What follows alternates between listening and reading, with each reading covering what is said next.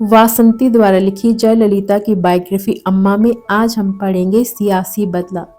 वैसे हम पहले भी सियासी बदला पढ़ चुके हैं, जब जयललिता को 28 दिन की जेल हुई थी और जेल से निकलने के बाद वो भारी मतों से जीती थी और उनके समर्थन से बीजेपी की सरकार बनी। लेकिन बीजेपी द्वारा उनकी मांगें न मानने पर उन्होंने अपना समर्थन वापस ले लिया और अटल बिहारी वाजपेयी की सरकार महज एक वोट से हार गई। तो आज हम दोबारा से पढ़ने वाले हैं सियासी बदला।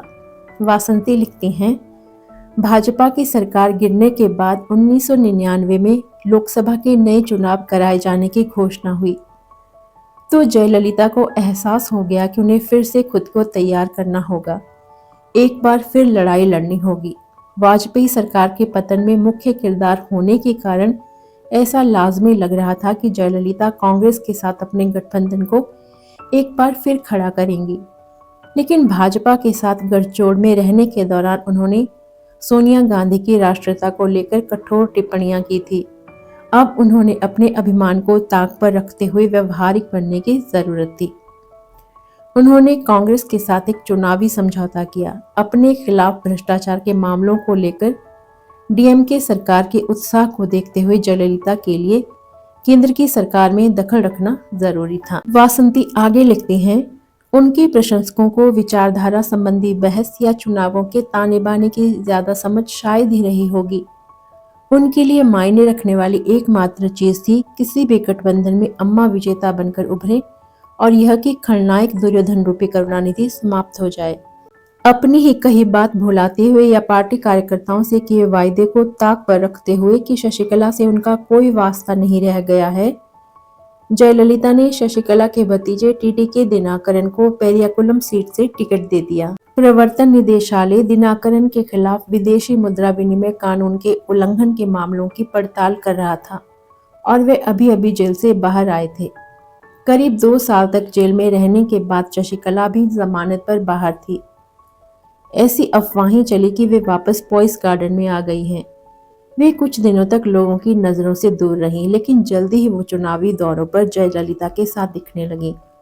पार्टी कार्यकर्ताओं और पदाधिकारियों को यह सुहा नहीं रहा था, लेकिन वे दबी जुबान में इस संबंध में बातें कर रहे थे। शायद वे मान चुके थे कि राजनीतिक कामों में सक्रिय एक अकेली महिला के लिए व्यवहारिक कारणों से शशिकला जैसे किसी शख्स की जरूरत होती होगी। उनकी सभाओं में भारी भीड़ जुटती रही और जन सैलाब को देखकर जरूर ही उनके दिल को ठंडक पहुंचती होगी कि अब भी जनता पर उनकी पकड़ बनी हुई है। अगर उनकी सहयोगी पार्टी कांग्रेस को तमिलनाडु में जीत मिली तो सिर्फ और सिर्फ उनके करिश्मे के कारण। उन्होंने एक भी बार सोनिया गांधी का जिक्र प्रधानमंत्री पद के उम्मीदवार के रूप में नहीं किया। उन्होंने सोनिया से मिलने का एक मौका भी गंवाया। वेल्लोर में उन्हें सोनिया के साथ एक चुनावी सभा में भाग लेना था, लेकिन वो ये कहते हुए सभा स्थल पर नहीं पहुंची कि वो ट्रैफिक जाम में फंस गई थी।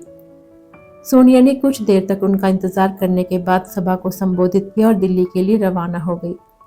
द हिंदू अखबार में इस बारे करुणानिधि की टिप्पणी प्रकाशित की कि यदि कांग्रेस सचमुच में सत्ता में आती है तो जयललिता के नखरों से तंग आकर सोनिया गांधी इटली भाग जाएंगी। वासंती आगे लिखती हैं, जब परिणाम आए तो जयललिता के मात्र 10 सांसद थे, जबकि भाजपा डीएमके मोर्चे को 26 सीटें मिली थी।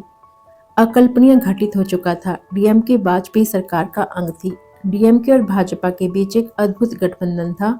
जयललिता उनकी साझा दुश्मन थी। करुणानिधि के प्रिय भांजे मुरासुली मारन को एक महत्वपूर्ण मंत्रालय वाणिज्य और उद्योग मंत्रालय का मंत्री बनाया गया था। जिस राम जेठमलानी को उन्होंने अपनी जिद के कारण विरोधी बना लिया था, उन्हें विधि मंत्रालय मिला था, जो जयललिता के लिए बुरी खबर थी। एक बार फिर उनका भविष्य खराब दिख रहा था। और कल हम पढ़ेंगे सितारों पर जादू। तो फिर मिलते हैं कल।